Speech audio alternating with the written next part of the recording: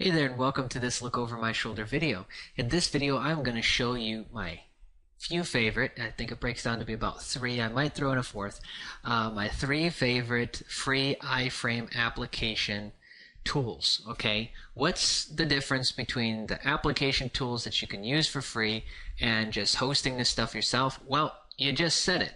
You don't have to host any of the files. They're hosting it for you. Chances are, if you haven't made your SSL updates, you can trust some of these, a few of them, to actually update their stuff to SSL because they have such a huge user base. I mean, we're talking hundreds of millions of people. They would be quite stupid not to update for the SSL update that's coming right around the corner, as well as from a standpoint of how long are they going to be around, how much are they going to update, and things like that. I would say that you're pretty safe because, again, hundreds of millions of users, they're not just going to walk away from that because they're making money off of it somehow. I'm sure of it. So, with that being said, they host all your files. With most of them, you can still pop some HTML in there. So let's say you had your graphics guy, or you did up a graphic, and you want to convert that to HTML, you get that done, and then you take that HTML and you can plug it right into these iframe applications, which is so cool. Above and beyond that, you can still do cool things like a two-step or a fan gate, which is where they're forced to like the page before they get the goods behind that. So you can set up these entire funnels with using these free tools. So a lot of times I like to host the files myself. A lot of times I'm not in the mood. When I'm split testing new ideas, when I'm split testing new pages, I don't use my own pages. I will use hosted. Okay, so it just makes it quicker and easier. How do you find them? All right, well, we're going to come to the search bar here and we're going to type in iframe. And I'm going to point all three out and I'm going to walk through each one. Okay, the first one is static HTML right here. Second one that I've used is the one at the top. Third one I've used is iframe apps. Don't like that one as much. If I'm going to put trust into a third one, I would say Wildfires app. Okay. There's also a fifth, and that is the one by HyperArts, which is called what is that called? Something TabPress. So you could use that one as well. They all kind of do the same thing. I'll be honest with you. I think that A, B, and C have more options than the last two I mentioned, but that's okay. So let's start here. Let's start at the Mac Daddy, my favorite one.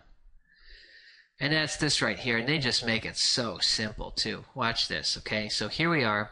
They're giving you a preview of what it looks like. Your content, optional fans-only content. You can use full HTML, save it, and view the web tab. That's it. Click on no scroll bars. You can even do some FBML functions in there. And then, of course, they say, hey, if you like us, go ahead and throw us a like. So pretty cool, pretty simple, full FAQ center right there for you. So let's go ahead and get started. You see they land you right on the page you need. So add static HTML to a page. You're going to get redirected here. Let this pop up. And I'm going to blur this out, but we need to pick the page that we want it for. Once we do that, we need to click here.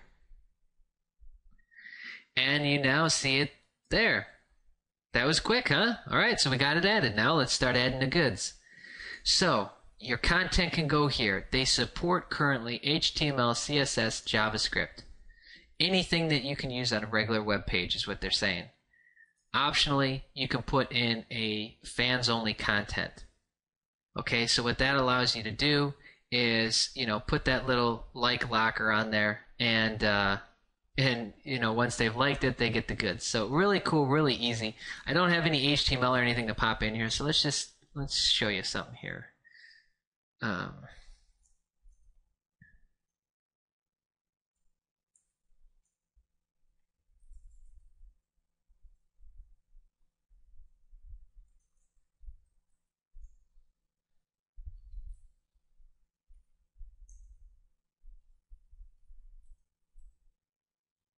Maybe something like that, right? And now that we've got something, save and view tab. Okay, so it says saved. Back to editor. View tab is non-fan. View tab is fan. To return to the editor from a preview, refresh your browser by pushing F5. Note, Facebook policy forbids autoplaying media on tabs. Make sure your tab doesn't autoplay anything, or your page may get shut down. I have seen this happen. What that refers to is video. Okay, you got your YouTube video going and you've added that little custom code at the end to autoplay it. Don't do it. Take it out. Maybe you've got Flow Player hosted and you've added in that little snippet. Take it out. Because your page, it's going to annoy people, and chances are they're going to ban you. Because people are going to report it and say, oh man, autoplay video. And then they're going to say, well, it breaks policy, so let's take it away. Alright, so let's check out the tab here. Back on track. And you see, this is the content that I typed out, but I mean, this thing is sweet. It renders, it aligns properly, it's got a little padding area. I've kind of run this thing to the max with putting some advanced HTML, CSS, and JavaScript in there, and I like this. Very easy. Okay, the only downside is that when you're dealing with these self-hosted apps, this is absolutely one of the only downsides I'd have to say, is that one, it just automatically calls them a welcome page. I think you can change that actual verbiage, but you cannot change the icon. Whatever you do, you can't change the icon, and that kind of sucks. So you could make something custom for that, but not if you're going to use this. Okay? So let's dive into the next one. Alright, next one is right here up top. I think you're going to see a growing trend here. Alright, so this one's a little different. Install the page on Install Page tab. So I want to make sure we're moving here. Alright, got that. Now add. So it's going to OK it. Nope, there we go. Okay. So now we're added, just a little bit different of a process. You see here is this is their icon. Once again, they start you off with a welcome message. And everything that you need to work from within this is also in here. So how cool is this? It's like you never leave the page. Okay, so I think it's pretty cool. This is a bug report. One of the good things I like about these guys is they stay up on bug reports a lot. And this current bug report has something to do with default landing tabs, blah, blah, blah. You can choose to enable or disable it. And that is an optional workaround that they have installed and created just for you to be able to do what you want to do with this. Pretty cool. So page source, URL, we can just use a URL there. We could pop in a redirect. We could use just a static image there if I didn't want to do anything with HTML at all, or we can do HTML. So pretty cool there. You got multiple features. So you can see this one's a little bit more advanced than the original in my eyes, because if anything, it just makes it easier to jump from one to one. Okay, and then here we've got fan page source. So we could do non-fan, see URL, which, by the way, they allow you to change up the height. That's kind of cool. Image or HTML. So this is your non-fan, and this is your fan. Okay? And then here you've got FriendGate default. FriendGate included is a WooBox Plus plan, $10 a month. Can't get it. You got to pay $10 a month. Okay? FormGate new. FormGate is turned off. Visitors do not complete an input form to access your content. So you could choose to do that, which is pretty cool. They got instructions here for you. They got instructions there for you. FanGate is free through September 30th. Issues, questions. Okay, rolling out a new feature. After that, it'll be paid.